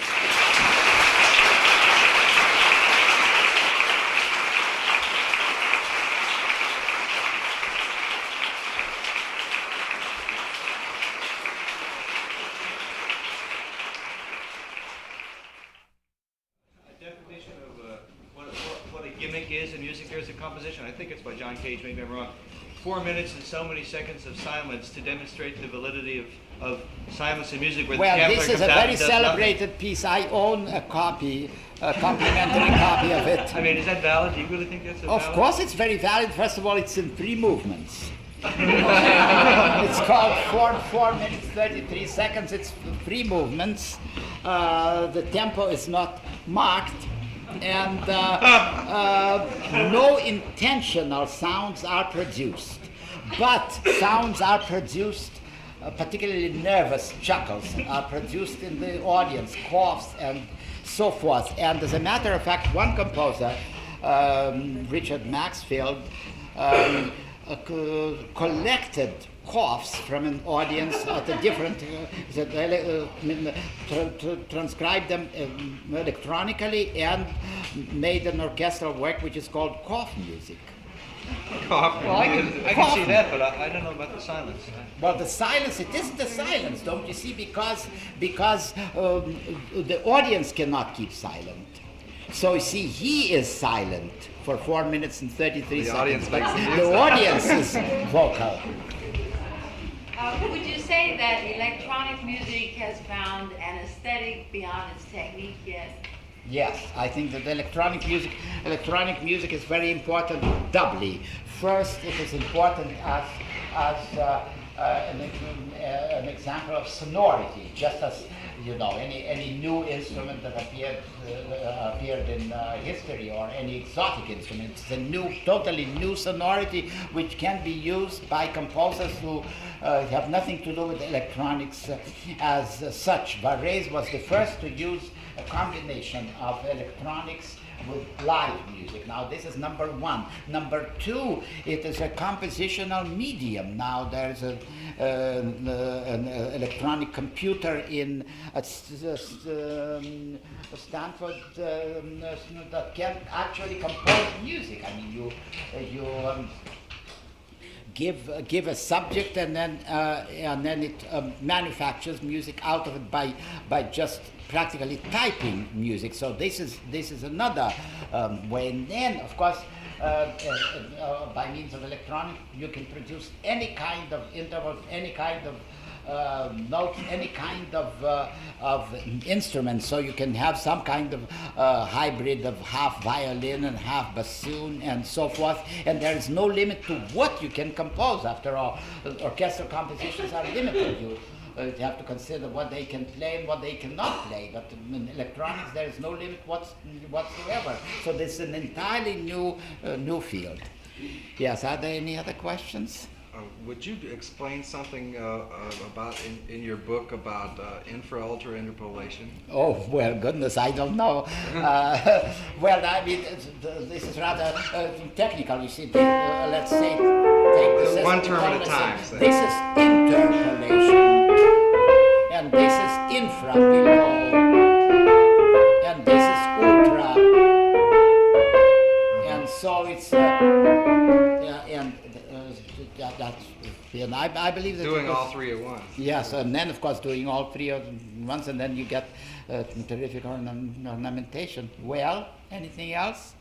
Well, I really I'm gratified. First of all, now I can confess to you that I thought that there would be about 3 people in the audience, and then they would immediately fall asleep the moment I open my mouth, because this is what usually happens in musicological lectures. I attended a musicological society meeting in New York, and you see, a guy came up and put a manuscript on the lectern, put his glasses on, said, "The history of the French motet must be understood in respect to the German motet.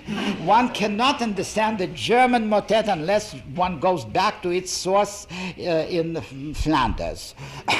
You see, by that time, everybody is asleep.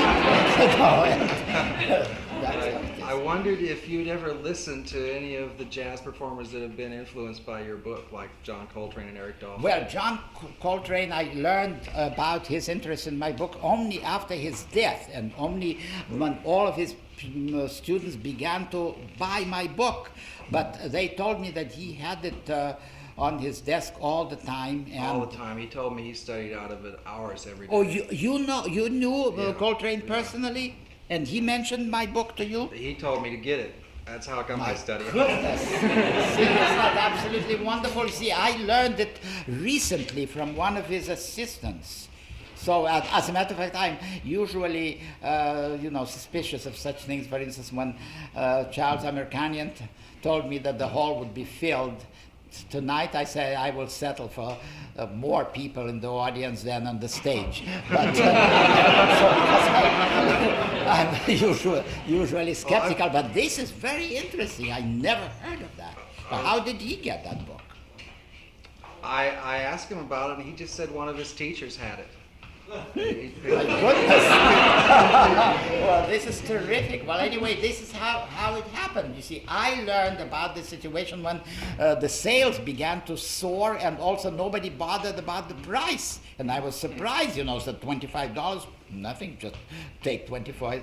And at first, as I say, I'm always skeptical about things and so on. And then I verified it, and then when I got a big check from my publishers, I thought that there were a couple of extra zeros in the figure, but it wasn't. It was genuine. Then, of course, I believed in it, which proved to me that if you do something really far out and defy the world, but believe it or not, when the book was published, the chairman of the music department at Harvard University wrote me that the book said, this book is most interesting. I spent an entire summer trying to understand the first pages of it, and I think I'm about halfway through, and I hope that after I work on it for another summer, maybe I will get the drift of it. Now, this is the chairman of the music department. I think it's maybe one of the most, in fact, I think maybe the most important musical book written. Well, I don't know what to say. I blush. I would have blushed if I had enough blood to.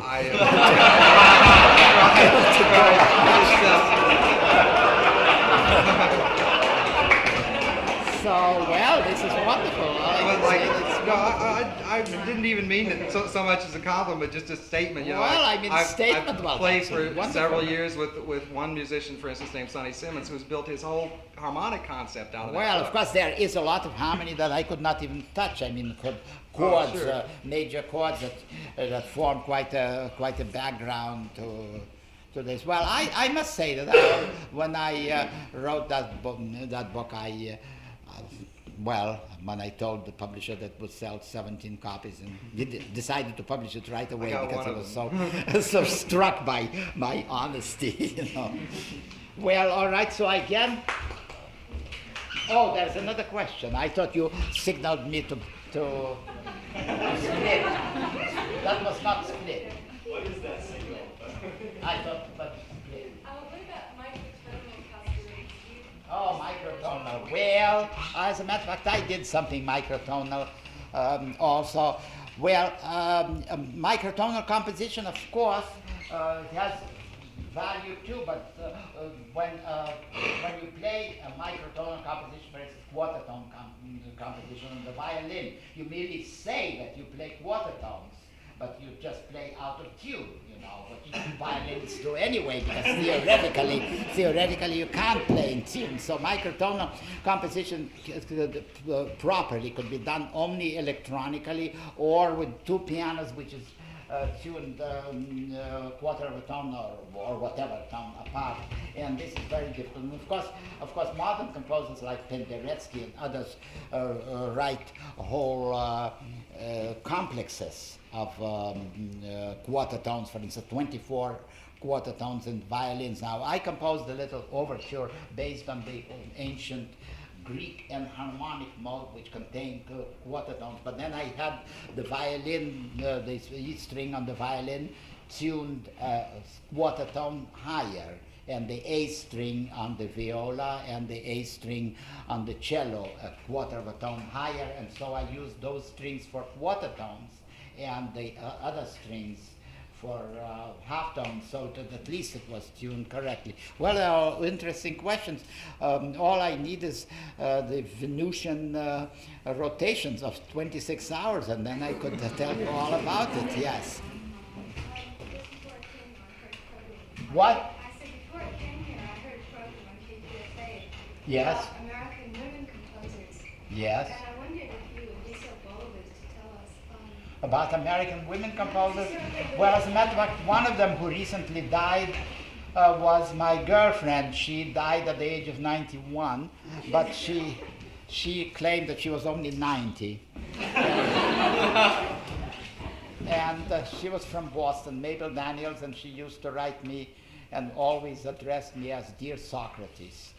And she once put in a dissonance in one of her pieces, and she said, you know, I think that since I'm a friend of yours, I said to myself, little Mabel, you ought to put some dissonances in your music if you want to be Nicholas's friend. So she put a wrong note in one of her compositions. She was very proud of it. But I mean, I know them all, those women composers. I mean, some of them are really good. The best one, as a matter of fact, is in Yugoslavia, Lubitsch. But and there is a composeress in Soviet Russia who writes very modern music, and other composeresses are, well, I'm very glad to say, not so hot, but they were before women lib. So I don't know. Now, what composers? Do you remember the names? Of course, you remember Mabel Daniels and who? Rady Britton. Who? Who? Yes, and who else? Oh, there's Miriam Gideon. Who? Miriam Gideon. Oh, Miriam Gideon. Well, she's a real good composer. And who else? A fairly famous Polish one. Oh, Batsevich. Yes, she's Batsevich. Yes, she died 2 years ago. She was a good composer. See, it's very difficult to say why women cannot become great composers or chess players. Although there is a chess playing tournament of women, and I know the woman chess champion, who is a very intelligent person, but I'm afraid she just can't beat Bobby Fischer. So Nobody else can either. no. So now, any other questions? You know, that reminds me of my meeting lecture in Yerevan, Armenia, when I went to Russia. And see, I also had a feeling that nobody would come because it wasn't modern music and all this sort of thing. Well, the hall was absolutely full, and all musicians, all local musicians came and so forth. And so I held forth 3.5 hours. It just gives you an idea of what hazards you ran. So 3.5 hours, and then after that, the chairman of the department asked me if I had any desires to express. I said, yes, I have one desire. I want to import this audience to New York. So I almost feel that I want to say that. I'm now in Los Angeles, so I want to import this audience in Los Angeles. You were saying that microtonal music isn't fully developed. Do you think that the Western ear is not capable of hearing? Oh no, the Western ear is capable of anything if it's beaten. What I'm leading up to is some friends of mine that are deeply into studying Indian music, and they say that the scale definitely has these quarter tones. Yes, well, I regret to say that people, they think that they hear quarter tones. There aren't any quarter tones because they are not definite divisions. But you see, it's just like playing any kind of scale. I would play it to non-musicians. They would say, this is a whole tone scale, so I would play this. What kind of scale is this? Whole tone scale. And what kind of scale is this? Whole tone scale. And what kind of scale is this? Whole tone scale. And what kind of scale is this? Whole tone scale. So this is our perception, which is completely false. We imagine that we hear something. It's called the Hobson-Jobson element in phonetics. When we think we hear one sound in a foreign language, but it's different. So it's really not divisible quarter tones. The pioneer in quarter tones was. I have one friend that had put you up against the wall for a couple hours on that. That's perfectly all right. Let him produce those quarter tones, and then let him measure those quarter tones, and he will find they are not quarter tones at all. And let me tell you that Indian musicians will never agree that there are any quarter tones. There are ragas, and a very, very special kind of ragas. I don't know enough about it, and I'm not interested in quarter tones as such until the electronic people will come up with a complete quarter tone scale, and it's entirely possible. I mean, it's just as easy as any other scale. And Krennic composed a piece in 13th tones, 13 per octave. See, a division is 13. And Julian Carrillo, the Mexican composer, he had all kinds of instruments to 24 to an octave, 36 to an octave, 48 to an octave. It was just his say-so. The instruments were just out. What? Using Moog synthesizer? Moog synthesizer. No, he didn't have any of that. I mean, that was long ago. He started in 1896. That was long before any Moog. But he was a pioneer, and then Alois Haber in Czechoslovakia was another pioneer, and he composed all this. And I heard his pieces, so they were out of tune. That's all there is to it. I mean, because of the playing of the violin. It's technically impossible. As you know, Helmholtz experimented with actual sounds of the violin. And those sounds were not precise. I mean, they were just even half tones were not precise. When I conducted this piece, I told the violins to play off pitch on certain intervals. So I said, "Oh yes, we do it naturally." So this is the situation. Well, anyway, so I think we covered the waterfront. Anything else? Yes. No? What? No, you just did this. I mean, this is very dangerous. You know, if this were an auction room, we would have acquired the Velasquez. I'd like to read this to the audience. Well, why don't you? No, you read it and then identify who wrote it. Oh, yes, but this is not fair because this is, I played over the music of that scoundrel Brahms. What a giftless bastard. It annoys me that this self-inflated mediocrity is hailed as a genius. Why, in comparison with him, Raff is a giant, not to speak of Rubinstein, who is, after all, alive and important human being, while Brahms is chaotic and absolutely empty, dried up stuff. Tchaikovsky's diary. Yes, but on the other hand, when Chekhov, well, I'll end by just asking a rhetorical question. In what city was Tchaikovsky's first piano concerto played for the first time? In what country? What? I didn't say anything. In what country was Tchaikovsky? You know, this famous Tonight We Love concerto. Tonight We Love. Where? America is right. You're too smart. What?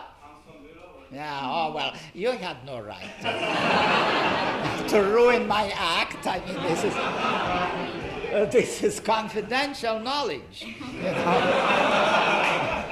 Well, as a matter of fact, it's true. It's a very interesting case. He tried to sell this concerto to Nicholas Rubinstein in Moscow and then to other pianists, and they wouldn't consider it because it was too difficult, too modern, and everything else.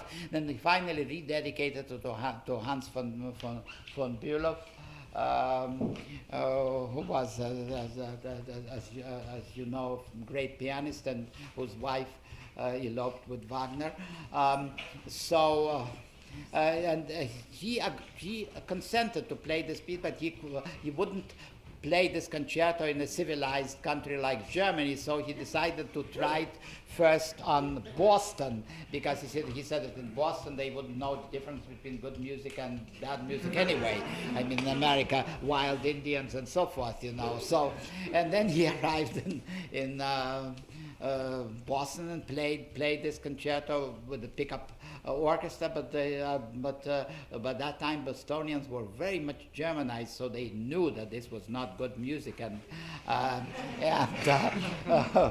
one Bostonian wrote in his journal, he said, we had all kinds of, I almost remember by heart, were wild fire and Cossack gallops, but he said, but can we ever learn to love such music? Well, the answer is tonight we love. And this is how it is. As a matter of fact, a lot of Tchaikovsky's music has now been converted, as you know, into jazz pieces, and of course Tchaikovsky is dead and completely indefensible, and there is even a song of which I have a copy, which is entitled "Everybody's Making Money But Tchaikovsky," because of it, Tchaikovsky is very simple. Well, Remembrances of Toscanini. what? Remembrances of Toscanini. Yes, I attended his last rehearsal, the very last rehearsal that he conducted, and he got completely mixed up in the Wagner excerpt of all people, and as usually, you know, he got terribly irritated, and I'll never forget how he shouted to the musicians, said, "Imbecilli!" Imbeciles, imbecilli, tutto è scritto, everything is written, la più bella musica del mondo. and so forth. And so the violinist, then he said, where do you want to begin? So he said, dopo I corni. I remember every word, after the horns. So the violinist said, well, there are two entrances of the horns, after which entrance? And that broke the ice. And he said, well, after the second entrance. And so he started, and then all of a sudden he stopped conducting and went off, and the rehearsal was over, and then it was and then he did conduct the concert, and Guido Cantelli was in the recording room, in the broadcasting studio, and he told me that Toscanini got completely mixed up, and what they did was simply terrible. They switched to a Brahms symphony after Götterdämmerung. So, well, Toscanini, of course, was a great man, but he could never conduct Stravinsky or anything like that, and he got mixed up hopelessly in the second suite of Ravel's Daphnis Chloe, and also in Petrushka, because of course he memorized everything, but he could not do anything that not only Lenny Bernstein, but practically any Juilliard graduate can do now. I mean, there's no, if there were now any kind of competition between, let's say, Hans von Bülow, Kusevitsky, Toscanini, and a whole lot of them, and a few bright graduate students from Juilliard, those guys would have been just absolutely demolished as far as the technique is concerned, by which I don't mean that those guys or even Lenny Bernstein can produce something similar to that effect. Yes? Would you like to say a few more words about About what? About Leonard Bernstein. Oh, now. This is such a drag, Lenny Bernstein. Now, I mean, what can I say? Well, I can give you a bit of gossip.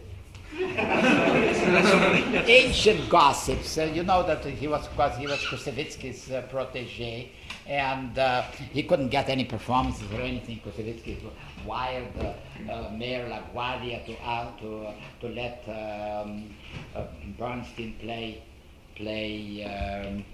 conduct the Lewis Stadium, and even LaGuardia couldn't do it because, of course, LaGuardia himself conducted the Lewis Stadium. I mean, he conducted. Yes, he was very musical, and he conducted Star Spangled Banner. But unfortunately, he could not conduct in 3. He could only conduct in 2. So ta ta ta ta ta ta ta ta ta ta ta, and so the concertmaster said, "Don't look at him. Just play." And so Bernstein, incidentally, he likes to be called Bernstein and not Bernstein. He says that Bernstein is a sort of a phony aristocratic. He says, I am a plain Jew and I'm Bernstein and not Bernstein. And so Kusevitsky was very much distressed by his inability to do anything for Bernstein. And then he said to Bernstein, you know what your trouble is? Your last name. See, a name like Bernstein, well, for a pants presser, that's a good name. Somebody like that, peddler in the street, well, that's Bernstein. You can't make a career. You have to have a name like Nikish, like Kusevitsky, or somebody like that, but you can't go on. At that time, of course, Bernstein was a very young man, and he told me this story himself, and he said, well, if I have to change my name in order to conduct an orchestra, then the hell with conducting. Well, he didn't change his name, and he's doing quite well, thank you. But I feel that Lenny Bernstein is beginning to be quite a drag, because so much is written about him, and this glamour business is exaggerated. But I must say that he's as smart as they come. Do you realize that when he was very young, he wrote sonnets, wonderful modern sonnets, in a magazine called Transition, which was one of those very modern magazines that was published 30 years ago. He was in his 20s, in his early 20s, and there were the kind of articles that are now only published in special, very special magazines sold in New York and California. And he has a real talent for poetry, among other things. So his intellectual stature is quite high. Well,